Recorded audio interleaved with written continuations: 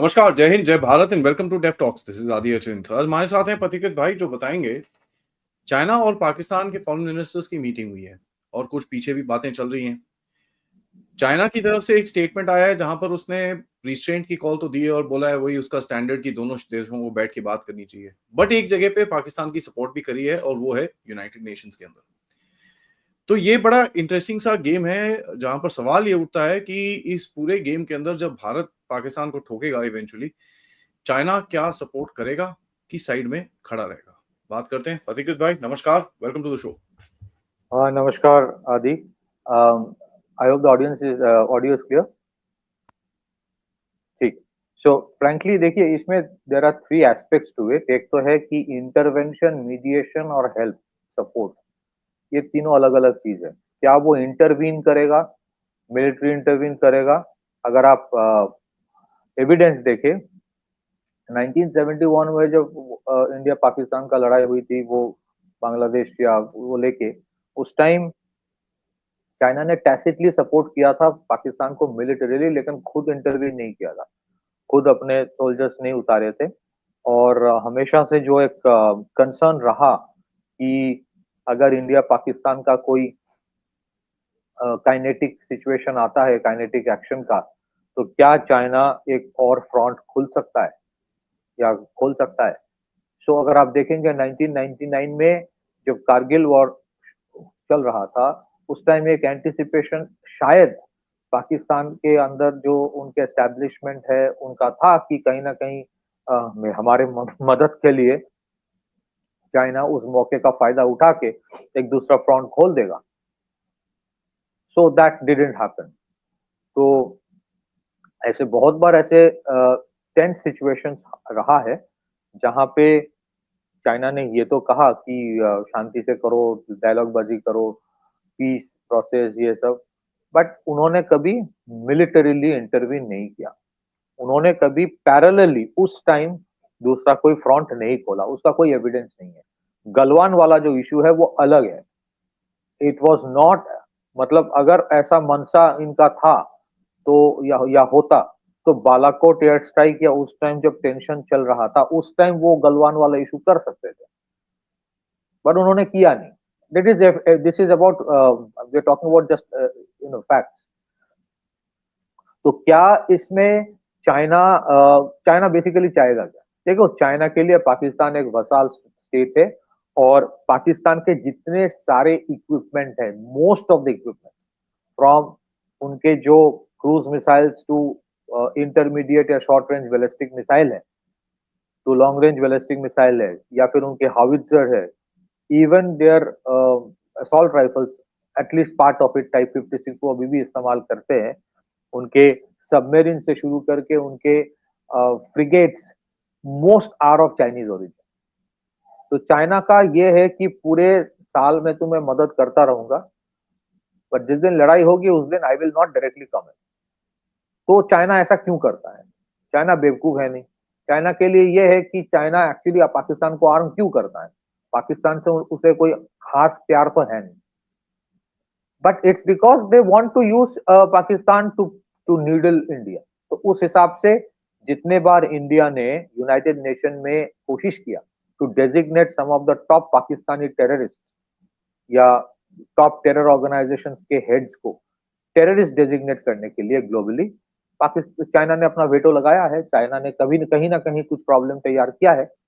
अब उनके क्यों क्यों करता है?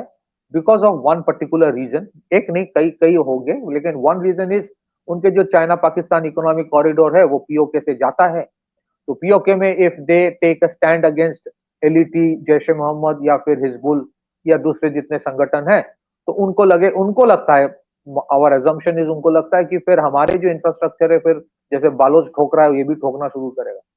तो उल्टा क्या करता है चाइना, और इसमें China is not unhappy. Pakistan जिस तरह का टेरर अटैक इंडिया में करता है उससे भी चाइना नाखुश नहीं है, पर वही है कि कंट्रोल्ड रहे ताकि मेरे मार्केट भी बरकरार रहे और इंडिया उलझा भी रहे।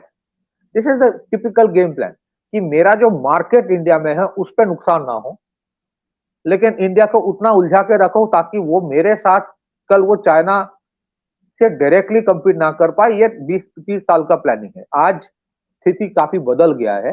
अभी का अगर आप हालत देखेंगे तो ये है कि एक तो let me tell you this first, we all know कि टैरिफ वाला जो कॉम्प्लेक्सिटी अभी चल रहा है, चाइना का जो मैन्युफैक्चरिंग कैपेसिटी है, उसको बनाया ही गया था to cater to the western European market and American market.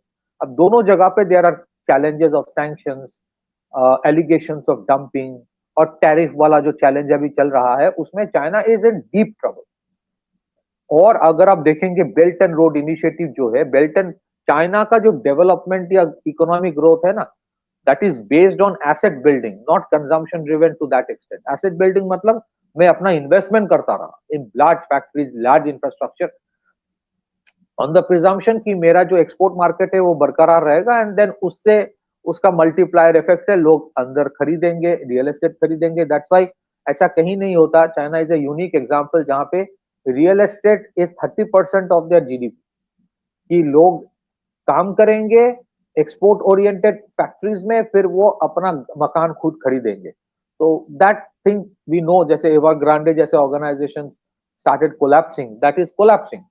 तो अभी फॉर चाइना ये जो बेल्ट एंड रोड इनिशिएटिव भी था, वो भी इसीलिए था कि they were trying to export their liability, मतलब मेरा जो कैपेसिटी बनाया मैन्युफैक्चरिंग के लिए वो मैं क्या करूं।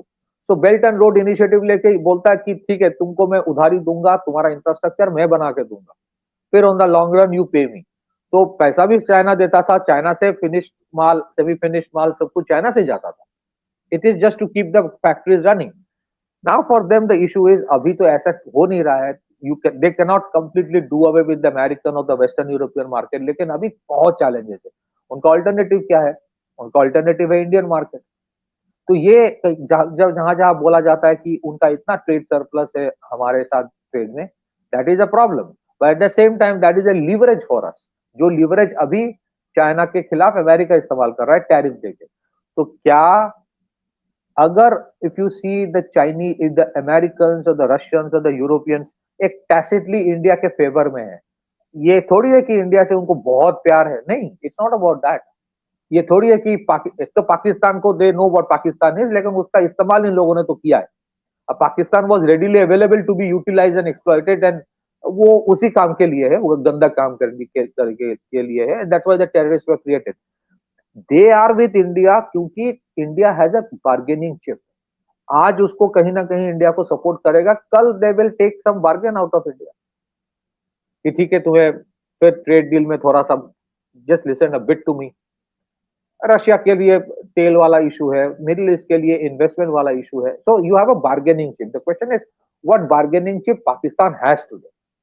अगर कोई हेल्प करेगा तो क्यों करेगा? What is a barg what do you have that you will give it to? कुछ कुछ देश है, they will definitely help Pakistan. कुछ कुछ हेल्प तो कर ही रहा है, शायद टर्की का कुछ, कल एक न्यूज आ रहा था, एक टर्की का C-130 was moving towards Pakistan land किया। लेकिन उस हिसाब से हेल्प करना, to completely keep on replenishing, it will require Turkey to send quite a few C-130 every hour, या फिर आप जहाज के जहाज भेजो। तो इट्स नॉट दैट फीजिबल। हाँ, फिर भी वो करेगा, थोड़ा बहुत तो करेगा ही करेगा। But will the militarily intervene? Will Turkey militarily intervene? Highly unlikely. उनको पता है कि what will be the consequence. Can China directly intervene? I don't think so, और उसका कोई एविडेंस नहीं है। Will China open a new front? Highly unlikely, क्योंकि चाइना का जो गलवान वाला इशू है, एक स्टेटमेंट उनको समझ में आ गया है, if something starts in Ladakh it will not and in Ladakh. उनका मलाक्का स्ट्रेट वाला इशू है, उनके मार्केट वाला इशू है विद इंडिया, एंड इंडिया की अपनी कैपेबिलिटी है to reach Shanghai and Shenzhen. ये इंडिया ने समझा दिया है, whether it is with multiple independent reentry vehicle जो अग्नि 5 का MIRV वर्जन है, या दूसरे जितने सारे हैं। यार, there are many other things. Malacca Strait is called the Achilles heel, the choke point of China, which they know. उसका ही थोड़ा बहुत ऑल्टरनेट करने का कोशिश किया CPEC से, but that is in deep trouble right now because of the, क्योंकि जो गारंटी, सिक्योरिटी गारंटी पाकिस्तान ने दिया था कि we will guarantee it security, वो कर नहीं पा रहा है because of the Baloch insurgency and everything else. So yes, क्या China will dump Pakistan? No, China will not dump Pakistan. China will tacitly keep on helping them some और द अदर। जैसे मैं आपको एक उदाहरण देता हूँ, 2024 में एक रिपोर्ट आया था मई के महीने में कि पाकिस्तान ऑक्युपाइड कश्मीर जो है वहां पे steel head bunkers, unmanned aerial vehicle, UCAVs, highly encrypted communication towers, underground fibre cables and long range advance radars like JY and HGR for enhancing medium and low altitude target detection, ये सारे कुछ China ने पाकिस्तान को दिया है। And it is evident कि शायद पाकिस्तान ने इसके लिए उतना पे भी नहीं किया होगा, पैसा भी नहीं दिया होगा, उनके पास पैसा नहीं है देने के। Now what is the problem of Pakistan today, which everyone knows, it's not rocket science. Pakistan के चार प्रॉब्लम है। They have a limitation of fund, they have a limitation of fuel, they have a limitation of ammunition, and they have a limitation of commitment. Why do I say limitation of commitment? Because they are highly committed right now in Balochistan, in Khyber Pakhtunkhwa, and even to certain extent along the Afghan border. Can they completely move away from these places and directly get into a confrontation with India? आप इसके बारे में सोच के बताइए। Highly unlikely, क्योंकि उनको पता है कि these guys are waiting for an opportunity, and that is where the game is, that is where it is this time at least. क्योंकि आज से 7-8 साल पहले भी Baloch insurgency was not of that dimension what it is today. आज से 7-8 साल पहले भी केपीके में टीटीपी बैक्ड बाय तालिबान उतना भयंकर नहीं था जो अभी है। और व्हाई इज इट कि खैबर पख्तूनख्वा में तहरीक तालिबान या बालूच जो है लिबरेशन आर्मी, वो एक थ्रेशहोल्ड के नीचे हमेशा रखता है कॉन्फ्लिक्ट को, क्योंकि उन्हें पता है कि एक थ्रेशहोल्ड के ऊपर जाएगा then the Pakistanis will deploy their air force, they will deploy their howitzers, they will deploy their missiles. Now ये एयर फोर्स, मिसाइल्स, howitzers अगर कहीं और जगह टोटली एंगेज हो जाए और उसको न्यूट्रलाइज करने की कैपेसिटी कहीं और किसी और के देश पे अगर है जो ये कर रहा है, एक्टिवली करेगा, then what will the Baloch and the TTP do then? आप उस you can understand. So this is why it is a little bit of a catch 22 situation for Pakistan, और इतना आसान उनके लिए इस बार नहीं है। नहीं तो suddenly Shahbaz Sharif is saying नहीं एक ज्वाइंट इन्वेस्टिगेशन, इंडिपेंडेंट इन्वेस्टिगेशन करवा लो। और थोड़ा सा आप देखिए, the defence minister of Pakistan says something कि हम तो 3 दशकों से कर रहे हैं, we have been supporting terrorism for west for 3 decades, और उसका प्राइम मिनिस्टर आके बोल रहा है कि भाई नहीं एक ना इन्वेस्टिगेशन करवा लेते। तो मतलब either they are not talking to each other, या फिर थोड़ा सा जितना लगता है, मैं ये नहीं बोलूंगा कि यार पाकिस्तान की कोई कैपेसिटी नहीं है, ये तो इंडिया के लोगों को भी ये समझ के रखना चाहिए। आप for people of India, Chhatrapati Shivaji Maharaj, Prithviraj Chauhan, Maharana Pratap rather, and Guru Gobind Singh, महाराजा रंजीत सिंह, हम जिनको नमन करते हैं, when they went to fight battles, casualties इस तरफ भी हुई थी। तो ऐसा नहीं है कि पाकिस्तान के साथ लड़ाई होगा तो उसे पॉपकॉर्न लेके बैठ के देखेंगे हम लोग। There will be blood spills this side as well, तो इसके लिए रेडी होना चाहिए। The only thing is proportionately उनके ज्यादा होगा, मच हायर। सो क्यों? Because of the limitation, and उनके पास आज कोई बार्गेनिंग चिप नहीं है कि भाई मैं तुम्हें ये दूंगा। क्या देगा पाकिस्तान? एक्सपोर्ट करेगा, मैं वर्ल्ड क्लास एक्सपोर्ट करके दूंगा तुम्हें, व्हाट इज दैट? तो that is where European Union, आप देखोगे देयर इज अ उस लेवल पे कोई सपोर्ट नहीं। हाँ, थोड़ा बहुत बोल देगा नहीं शांति से करवा लो, बात कर लो। Do you see today that support coming from Middle East? Do you see today that support coming from Europe? It's because they don't have a bargaining chip. Why are they supporting India? इसी India को इन लोगों ने नुकसान करने की भी बहुत कोशिश किया है। इस पाकिस्तान में टेररिज्म को बढ़ाया जिन लोगों ने, इसीलिए तो बढ़ाया कि यार इस बीच पे इंडिया को उंगली करता रहे, so that India never gets the opportunity to go to the next or can't take the quantum leap to the next level. But आज क्या है? India today has become economy wise too big to be ignored, और इसी वजह से मैं ये बोलना चाहता हूं before I hand it to you, Modi ji जब इतने सारे देशों में ट्रैवल कर रहा था, और मोदी जी जब इकोनॉमी के ऊपर इतना फोकस कर रहा था, कि कोविड के बावजूद, सप्लाई चेन का प्रॉब्लम के बावजूद, रशिया यूक्रेन की लड़ाई के बावजूद, मिडिल ईस्ट के कॉन्फ्लिक्ट के बावजूद इन्होंने 4.3 ट्रिलियन डॉलर का इकोनॉमी खड़ा कर दिया, और हमारे ऑपोजिशन के बावजूद, हमारे ऑपोजिशन पार्टीज के बावजूद, और वोकिज्म और जो इंटरनल केओस करने की कोशिश बाहर से की गई उनके बावजूद.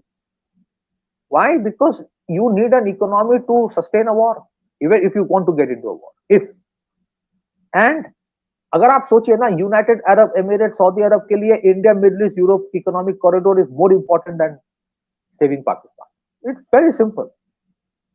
उनके प्रायोरिटी क्या होगा भाई? एक तो अरब इनको अपना कितना मानते हैं हम सबको पता है. अरब्स जो होते हैं, I am sure you know better than me, Arabs कितना पाकिस्तानियों का अपना मानता है. That's a question mark. Secondly यार, दे थिंक अबाउट कि कल को मेरा वैसे ही, हाँ अभी भी उनके पास बहुत तेल है, but they are looking for an alternate. तो India, Middle East, Europe economic corridor, India क्योंकि एंड मार्केट है, मैं वहां पे रिफाइनरी बना के मेरा स्टेक वहां पे रखूंगा तो आई कैन सेल मोर. ये सब सोच रहा है वो लोग. उनको चाहिए कि let's develop more on quantum technology, AI. India की जो ग्लोबल कैपेबिलिटी सेंटर है, या इंडिया की जो प्रोफिशिएंसी है in application of IT in governance, ऐसा नहीं कि इंडिया के पास प्रॉब्लम नहीं है, लेकिन सोल्यूशन भी बहुत सारे. तो they want to utilize that. उनके लिए ये कि यार मेरे जो इतने एक्सपेंसिव खरीदना पड़ता है हथियार, how about Indian alternate version. तो आप सोचिए, थिंकिंग सोचिए, it's like that. And they want to evolve out of this constant funding of radicalism. It is very clear from Middle East. इसका मतलब ये नहीं कि मिडिल ईस्ट के साथ हमारा कोई प्रॉब्लम नहीं होगा, प्रॉब्लम होगा, but as of yet, right now, Pakistan के पास बार्गेनिंग चिप क्या है, इंडिया के पास बार्गेनिंग चिप क्या है, that is what is going to make difference. तो चाइना इंटरवीन नहीं करेगा, टैसिटली सपोर्ट जरूर करेगा, इलेक्ट्रॉनिक वॉरफेयर में सपोर्ट कर सकता है, but will China open a front? Highly unlikely. Will China send army? Highly unlikely. Will China help electronically? Possible. क्योंकि आप देखिए, चाइना का एक मोबाइल कंपनी पाकिस्तान में ऑपरेट करता है, उसका नाम है China China mobile Pakistan. That's a subsidiary of China mobile communication that is operating in POK. So you can understand there will be a certain amount of that support, and I think ये वाला factor भी factor in करके लिया गया है. But India के लिए दो इश्यूज मैं कहना चाहता हूं विल बी अब एन इश्यू ऑफ कंसर्न, और इसके ऊपर काफी चर्चा हुई है कि the sleeper cells activation within the country, and जो डिसरप्शन करने की कोशिश अगर कुछ लोग करें, चाहे वो क्रिटिकल इंफ्रास्ट्रक्चर जो इनके है इंडिया के, चाहे वो रोड्स हो, चाहे वो फाइबर ऑप्टिक केबल लाइन्स हो, which is into millions of whatever parameter in meters or kilometer, it will be huge, millions of meters over. तो आपके क्रिटिकल इंफ्रास्ट्रक्चर को प्रोटेक्ट करो ना. And I am very keen to understand, अगर आपके पास, I will be very happy to know कि what will be the stand of Bangladesh. क्योंकि ये जो अभी रिजीम बांग्लादेश का है, ये it is very much pro Pakistan, which is known. Bangladesh army has a right now, as of yet, अभी जो सिचुएशन है, Bangladesh army knows the reality, so they will not try to do anything.